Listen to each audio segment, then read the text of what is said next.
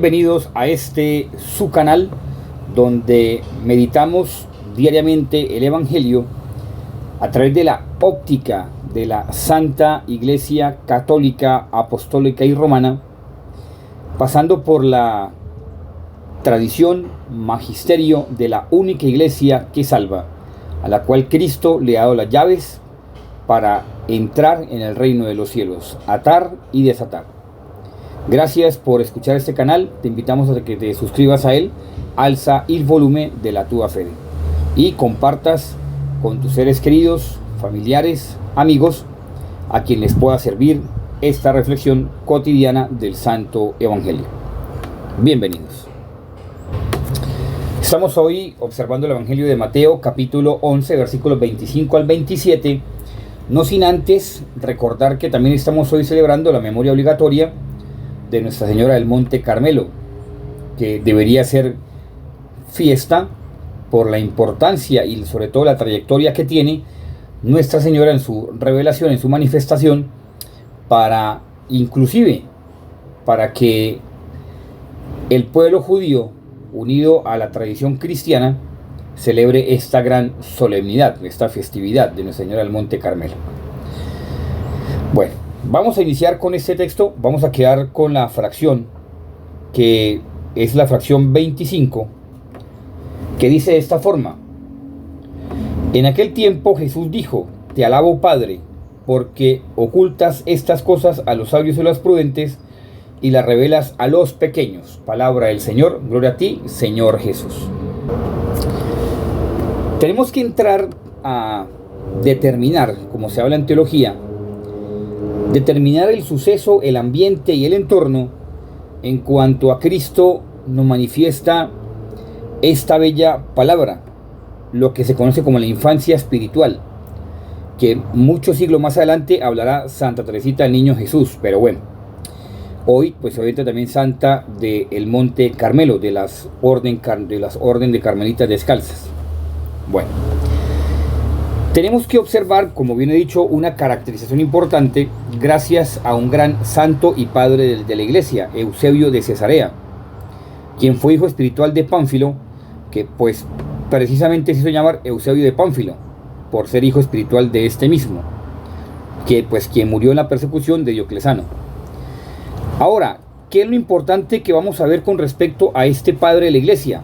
Algo supremamente determinante, como bien he dicho en la teología, la determinación, y sobre todo la acción precisa y constante en cuanto a esta determinación de sustentar, de dar realidad, de dar contexto a, primeramente, a Jesucristo revelado, manifestado como verdadero hombre, y que goza de una historicidad y goza de una participación tan cotidiana en la historia de la humanidad como universal, al mismo tiempo como particular, es decir, a nivel general como también a nivel de cada hombre, de cada mujer que exista en el mundo entero. Bueno, esto lo lleva a concretizar diferentes concepciones que, como él bien lo refuta, que dentro del entorno pagano se creía superior precisamente el paganismo por su supuesta antigüedad,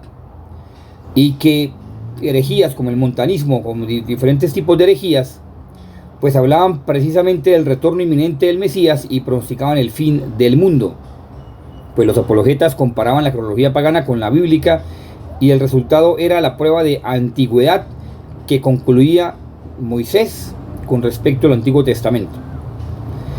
Pero, ¿cuál fue la gracia que recibió Eusebio de Cesarea de parte de nuestro Señor Jesucristo en cuanto a la estructuración precisamente de esta historicidad, la famosa cronografía, de lo que precisamente hablaba este santo con respecto a la acción de los pueblos más importantes de la antigüedad: caldeos, asirios, hebreos, egipcios, griegos, romanos, diferentes pueblos, diferentes culturas, que precisamente basándose en el Hanois, hacía comparaciones o paralelos. De ahí que gracias a Eusebio de Cesarea también se tenga un modelo también exegético que aún también hoy también se utiliza, junto también con el de Orígenes, pero que dentro de sus grandes investigaciones, sin duda alguna, ha llevado precisamente a que estos investigadores que aún hoy en día consultan la veracidad de Eusebio de Cesarea, inclusive también San Jerónimo, pues hablaban precisamente de estas crónicas universales que aún, inclusive Sulpicio, Próspero de Aquitania e inclusive el mismo Isidoro de Sevilla, influyeron, o mejor dicho, fueron influidos por Eusebio de Cesarea, que mediante este acercamiento a esta antigüedad de estos pueblos y la relación con el pueblo de Israel, pues va estructurando precisamente el mesianismo de Cristo. El mesianismo de Cristo que, independientemente que el mundo pagano, que el mundo, que los caldeos, que los asirios, que diferentes tipos de culturas, inclusive por allá hinduistas, brahmanistas, todos ellos, fueran más antiguos que el cristianismo, eso no les daba autoridad, ni piso, ni coherencia para decirse que eran poseedores del conocimiento y que por ende entonces tenían una mejor estructura didáctica con respecto, entiéndese didáctica en cuanto a la manifestación y acercamiento y exposición de su cultura y de su idiosincrasia, haciendo prevaler sobre la verdadera revelación en Cristo Jesús. No sé si me he hecho entender de la mejor manera posible, pero quiero dejarlo muy claro, porque esta influencia magistral de Eusebio de Cesarea inclusive permea hasta nuestros días, dando a entender que Cristo, a pesar de que apenas son 2000 años, pues dice uno apenas, ¿no? Pero bastante tiempo recorrido con respecto a otras culturas, tenemos la gravedad de haber recibido la manifestación perfecta de Dios, de recibir la revelación máxima de Dios hecho hombre, encarnándose en María Santísima, que participa directamente al judaísmo, de forma que hace parte del judeocristianismo, y que precisamente asevera la acción doctrinal, la acción pedagógica de cómo entonces tratar de entender el proceder de Dios, para que tratando de entender el proceder de Dios no nos quedemos por fuera. Por eso se toca ese santo, y ese santo se toca el día de hoy con respecto a este evangelio, porque es el que habla más de cerca con respecto a esta terminología que hace escondido, Padre, a los sabios y prudentes o entendidos de este tiempo, como dice el texto del evangelio, a los sabios y prudentes. Pero no está hablando de la prudencia como una virtud, ¿no? Entiéndase, ya lo vamos a ver cuando empecemos a ver el texto del evangelio el día de hoy.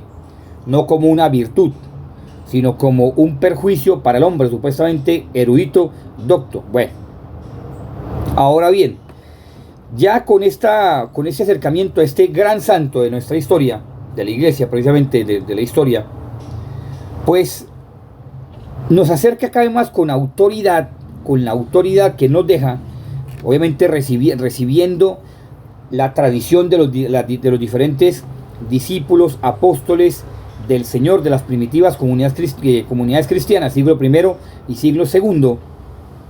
Inclusive se permea su autoridad bajo el siglo III, y ya en adelante su gran herencia que nos dejó en la acción de la prueba tradicional de lo que es la apologética en la antigüedad, y que gracias precisamente a estos cánones pues podemos entonces vislumbrar, entender los hechos más relevantes con respecto a la importancia de la historia y con respecto a la relación historia sacra del judaísmo que preparaba el cristianismo. Eso es lo esencial, me quedo ahí, la historia sacra del judaísmo que preparaba el cristianismo. De forma que si usted es protestante, lo invito a que se siente a meditar en esta frase de Eusebio de Cesarea, la historia sacra del judaísmo que preparaba el cristianismo. De modo que usted, si es protestante, es un hereje, es un cismático, qué pena que se lo diga. Si usted es católico, usted tiene la riqueza en sus manos de cerca y usted no la aprovecha. Es como cuando a usted le dicen, o usted tiene una casa y en esa casa hay un pozo de petróleo, donde puede sacar petróleo y usted no lo sabe. O usted tiene una obra de arte antiquísima y usted la desconoce. Y usted no sabe que usted porta ahí cerca a usted, en su herencia, en su casa, en donde usted viva, tiene una riqueza insondable y usted no la aprovecha.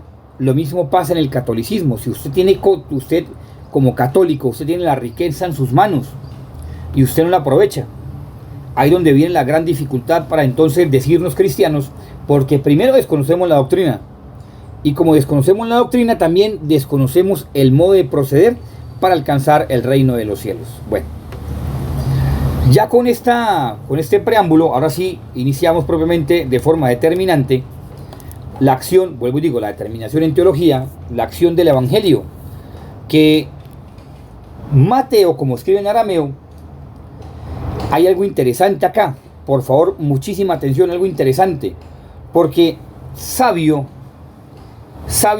vuelvo y digo, y no es prudente en cuanto a respecto a la virtud. Ojo, otras tradiciones dicen sabios y entendidos, pero es que ¿por qué lo dicen sabios y entendidos? Porque han tratado de separar lo que Mateo escribe. ¿Qué Mateo escribe en su texto original? Dice Hekam. Y Hekam está queriendo decir, está queriendo expresar Mateo, escuchando de labios de nuestro Señor Jesucristo, haciendo la oración.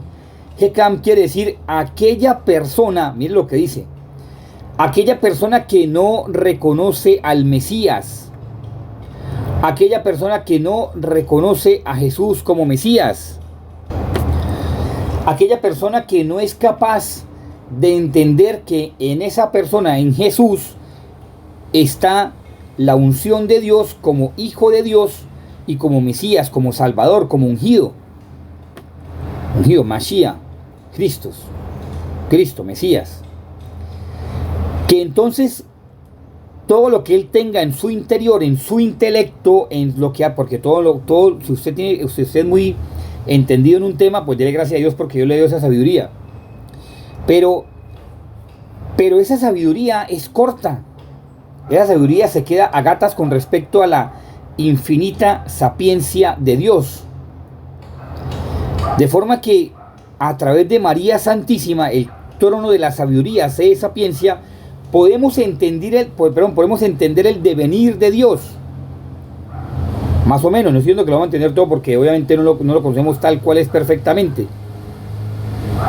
De forma que conocemos a Jesucristo, lo que Él nos dejó sus enseñanzas hasta ahí, que es lo esencial, lo básico para alcanzar el reino de los cielos. Ya, si usted no quiere, si uno no quiere alcanzarlo, ya es problema de cada uno de nosotros.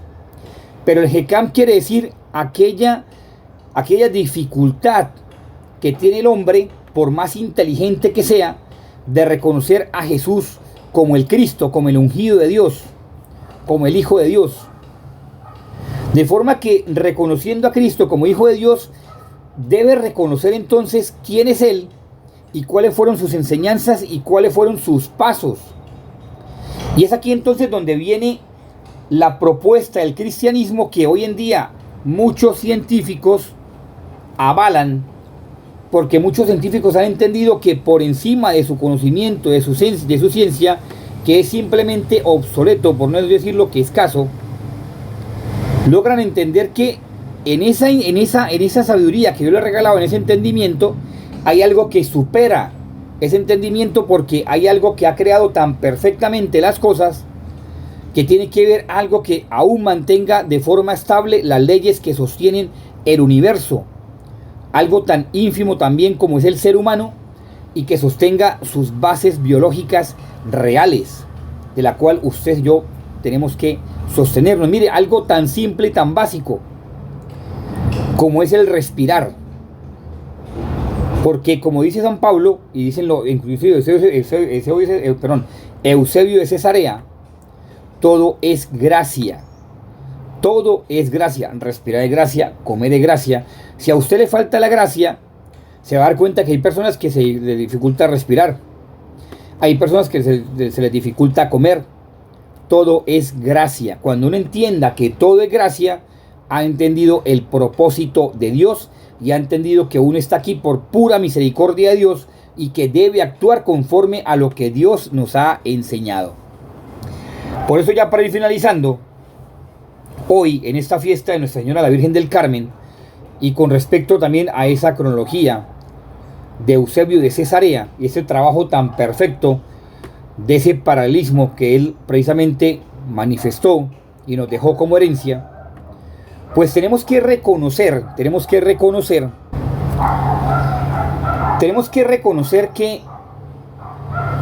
que para Dios, y que del judeocristianismo ha salido la perfección de las religiones en cuanto a entenderse las religiones como la única religión que salva el cristianismo. Y no es el que los pastores se denominan cristianos, no, el cristianismo católico, es decir, el universal. Por eso Eusebio lo entendió perfectamente. Y mientras Cristo partía del judaísmo para perfeccionarlo,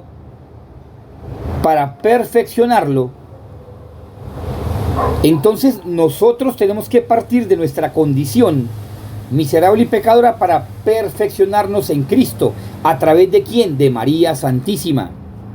Ese es como a grandes rasgos el mensaje de Nuestra Señora del Monte Carmelo, porque viene el judaísmo del profeta Elías contra los dioses de Baal, pues Baal y toda cuestión, y que trasciende más allá de las fronteras religiosas, de las fronteras de la idiosincrasia judía, y trasciende casi que prácticamente unos 14, 15 siglos, o más, yo creo que más, en cuanto a la realización del plan de Dios contenido en María como la estrella del mar.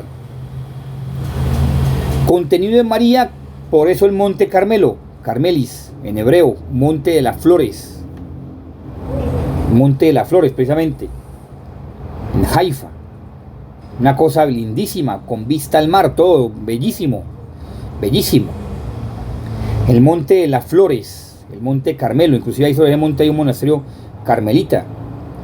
¿Por qué? Porque la tradición se entrelaza con la historicidad, y entonces expone hechos veraces de los cuales se pueden comprobar a lo largo de esa trayectoria humana en la cual Dios se inmerge, o sea, se inmerge para darnos entonces a entender que Él existe y que existe eternamente, y que nosotros simplemente estamos en un lapso de tiempo determinado aprovechándolo. Si usted es muy sabio y entendido según Dios, no este mundo, sino según Dios, pues usted no va a ser tan como dicen aquí en mi país, caído de la zarza, para no aprovechar hasta el más mínimo segundo para alcanzar su salvación. Pero todo a través de ¿quién? De María Santísima. Por eso ya da el escapulario. Por eso la iglesia lo ha hecho de forma tan relevante, el escapulario y la orden de los carmelitas descalzos, orden del Carmelo, y después su reforma, orden de carmelitos descalzos. Las dos órdenes del Carmelo. Una cosa hermosísima. De forma que hoy los invito a que usted asista a su parroquia, le diga a su párroco que le bendiga el escapulario y lo porte con fe, con devoción.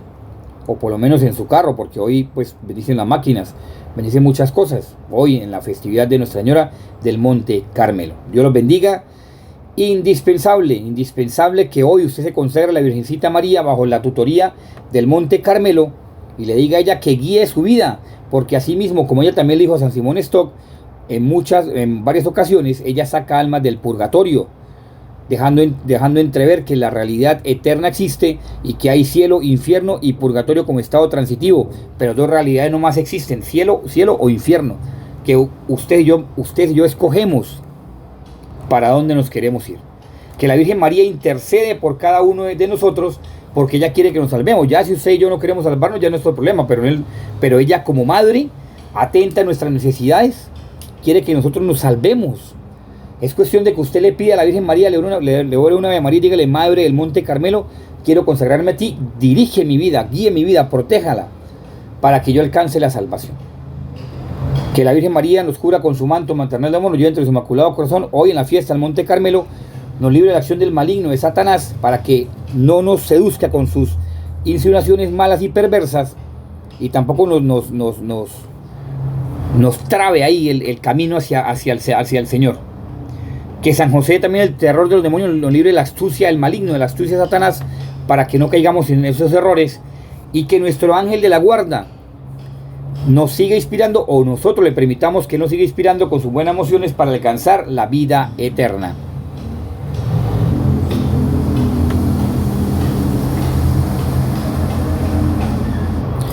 Si fue de tu agrado esta reflexión, te invito a que te suscribas a tu canal, alce el volumen de la tuya fe, lo compartas con tus seres queridos, con las personas que tú desees, para que le llegue este mensaje, para que este canal se siga difundiendo. Muchas gracias.